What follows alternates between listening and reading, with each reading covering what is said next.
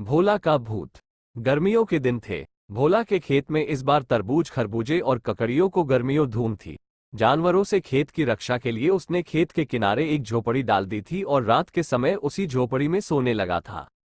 एक रात पड़ोस के गांव में कठपुतलियों का नाच हो रहा था। भोला को नाच देखने की इच्छा हुई, लेकिन जाए तो कैसे? खेत पर किसी के न होने से गोदड़ और दूसरे जानवर खेत को चर जाएंगे।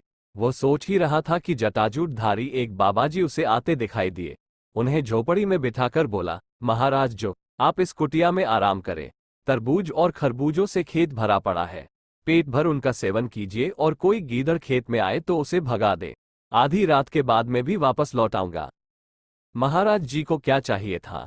बोले, खुशी से जाओ, बाबाजी सब देख लेंगे। भोला के चले जाने पर बाबाजी खेत में घुसे, चुन चुन कर मीठे तरबूज खरबूजे ले आए।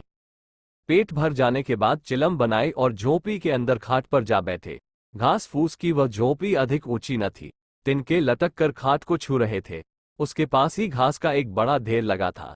खरबूजों की मिठास और खुशबू ने बाबाजी को मस्त बना दिया। मस्ती में आकर चिलम के ऊपर आग रखी और जोर से दम लगाया कि हाथ भर लंबी जोत ऊपर लपक उठी। तिनकों ने तुरंत आग पकड़ ली और देखते देखते धून धून झोपड़ी जल उठी। बाबाजी कूदकर बाहर आना चाहते थे कि अपनी ही धोती से उलझकर गिर पड़े और आग की लपटों में जलकर भस्म हो गए। गांव वालों ने जब घास के ढेर से निकलती हुई लपेटों को देखा तो खेत की तरफ दौड़ आए। भोला को आवाज लगाए। उसका कहीं पता न था। सबके होश उड़ गए। शायद वह भी झोंपड़ी के साथ जल गया है। उसके बड़े भाई ने बांस का एक डंडा उठाकर जलती आग को कुरेदा तो उसमें से लाश निकल आई। देखकर घरवालों में रोना पीटना मच गया। भोला को जला हुआ पाकर गांव के लोग दुखी हुए। उसके माता पिता, भाई बहन छाती पीट पीट कर रोने लगे। फिर तो भोला का अंतिम संस्कार करने के बाद ही वे घर लौटे। रात के तीसरे पहर भोला जब खेत पर आया तो देखा झोंपड़ी राख बनी है। घास का ढेर भी फूंक चुका है। उसे बाबाजी पर बड़ा क्रोध आया। कमबख्त खरबूजे भी खा गया और जाते जाते झोपड़ी में आग भी लगा दी। घर के लोग अब क्या कहेंगे, सोचता हुआ वो गांव की ओर चल पड़ा। तड़के अपनी चौपाल के पास पहुंचकर उसने देखा कि गांव के लोग शोक की मुद्रा में चुपचाप बैठे हैं। बीच में हुक्का पड़ा है और लोगों की आंखें आंसुओं से भीगी हुई हैं। वो समझ न सका कि लोग क्यों मौन बैठे हैं।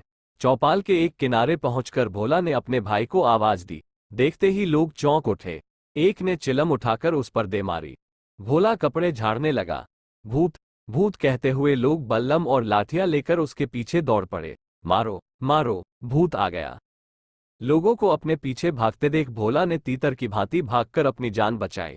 वो समझ न सका कि लोग क्यों उसे खदेड़ रहे हैं। जाकर अपने खेत के पास बैठ गया। सूरज उगने के साथ ही गांव का एक धोबी घाट की तरफ जा रहा था कि खेत के पास भोला नजर आया। देखकर भोला उठकर उसकी ओर चल पड़ा। वो धोबी से पूछना चाहता था कि आखिर बात क्या है, गांव के लोग उससे इतने नाराज क्यों हैं। भोला को अपनी तरफ आते देख धोबी ने गठरी वहीं डाल दी और भूत भूत कहता हुआ गांव की ओर भागा। भोला सोच में पड़ गया। आखिर बात क्या है, लोगों ने उसे क्यों भूत बना दिया है। तभी उसने देखा कि गांव के लोग बल्लम, लाठियां और जलती हुई लकड़ियां लेकर धोबी के साथ उस ओर बढ़े आ रहे हैं। देखकर वह अरहर के खेत में घुस गया। कहीं किसी ने बल्लम फेंक मारा तो मुफ्त में जान गंवानी पड़ेगी। मूखों ने जिंदा आदमी को भूत बना दिया है। सोचने लगा, रात को ही यहां से निकलूंगा और जब भैया चौपाल में अकेले होंगे तभी उन्हें बताऊंगा कि मैं भूत नहीं हूं। जब रात के लगभग 10 बज गए तो भोला डरते डरते गांव पहुंचा। कोई देख न ले, छिपता छिपाता ये चौपाल के किनारे नीम की आड़ में खड़ा हो गया। मौका पाते हो भैया से बोला, भैया डरना नहीं, मैं भूत नहीं हूं। ये सुनते ही भैया इतनी जोर से चीखा कि गांव वालों की नींद उचट गई। लोग आकर इकट्ठे हो गए। देखकर भोला डर गया। सोचा, भागने में ही कुशल है। वो तेजी से भाग खड़ा हुआ। गांव के कुत्तों ने दूर तक पीछा किया, किंतु अरहर के खेत में घुस जाने के कारण उसकी जान बच गई। पूरे गांव में दहशत छा गई। लोग परेशान हो उठे। कमबख्त स्वयं तो मरा, दूसरों के लिए मुसीबत बन गया है। भूत के डर से लोगों ने अपने कामकाज छोड़ दिए। ऐसा भूत कभी नहीं देखा जो न हल जोतने दे, न कपड़े धोने दे और रात रात गांव में आकर लोगों को परेशान करे। अगले दिन गांव में कुछ सिपाहियों को लेकर एक थानेदार आया। उन्हें एक डाकू की तलाश थी। थानेदार को जब मालूम हुआ कि इस गांव में एक भूत आता है तो वहां डेरा डाल दिया। सोचा, शायद वह भूत न होकर वही डाकू हो जिसकी तलाश कई दिनों से हो रही है। थानेदार ने गांव वालों को बुलाकर पूछा, वो भूत लोगों को किधर घेरता है? गांव वालों ने बताया कि वो ज्यादातर अपने खेत के आसपास ही बैठा रहता है। जता झोपड़ी में भोला जला था। थानेदार मूंछों पर ताव देते बोला, अच्छी बात है, आज रात को हम उसे पकड़ लेंगे, तुम लोग भी हमारे साथ चलना। रात हुई। चारों तरफ जब घना अंधेरा छा गया तो गांव के लोग थानेदार और सिपाहियों के साथ उस जगह जा पहुंचे। खेत पर जाकर थानेदार घोड़े से उतर गया।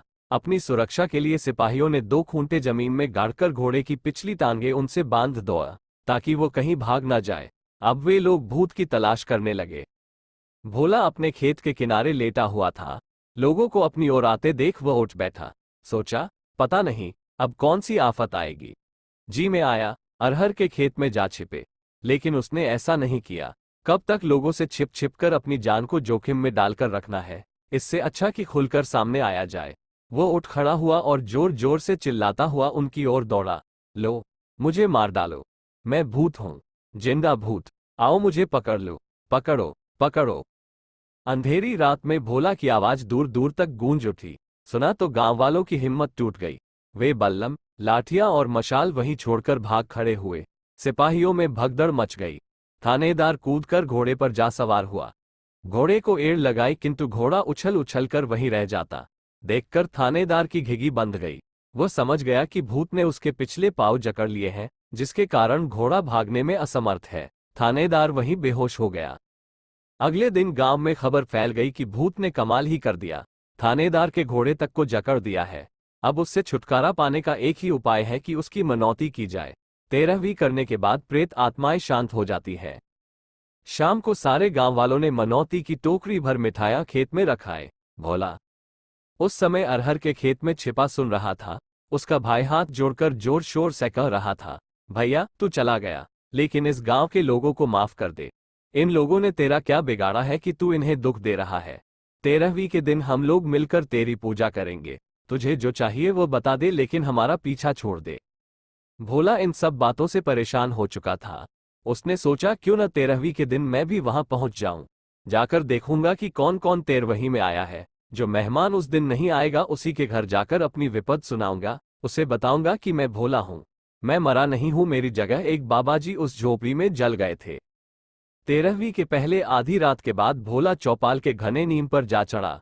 उसी नीम की छांव में मृतक के क्रियाकर्म के बाद मेहमानों को भोजन कराया जाने लगा। तरह तरह के पकवान परोसे जाने लगे। देखकर भोला के मुंह में पानी भर आया, लेकिन वह पेट पकड़कर चुपचाप बैठा रहा। उसने देखा सभी लोग दावत उड़ाने आए हैं, केवल उसकी छोटी लड़की के ससुर नहीं है।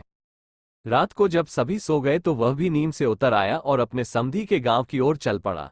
सवेरा होने तक वह समधी के पास पहुंच गया और अपनी कहानी उसे सुना दी। सुनकर समधी ने भोला की आव भगत की। खाना खिला पिलाकर अपना तानगा तैयार करवाया और भोला को लेकर उसके गांव पहुंचा। उसके माता पिता और गांव वालों ने समधी के साथ जब भोला को देखा तो चकित रह गए। समधी ने सारी कहानी सुना दी। गांव के लोगों ने भोला को गले लगा लिया और अपनी मूर्खता और जल्दबाजी पर बहुत लज्जित हुए। इस प्रकार की कहानियों को पढ़ने के लिए मेरे चैनल को सब्सक्राइब करें एवं बेल आइकन दबाना बिल्कुल ना भूलें। आपका एक सपोर्ट मेरे लिए महत्वपूर्ण है। धन्यवाद।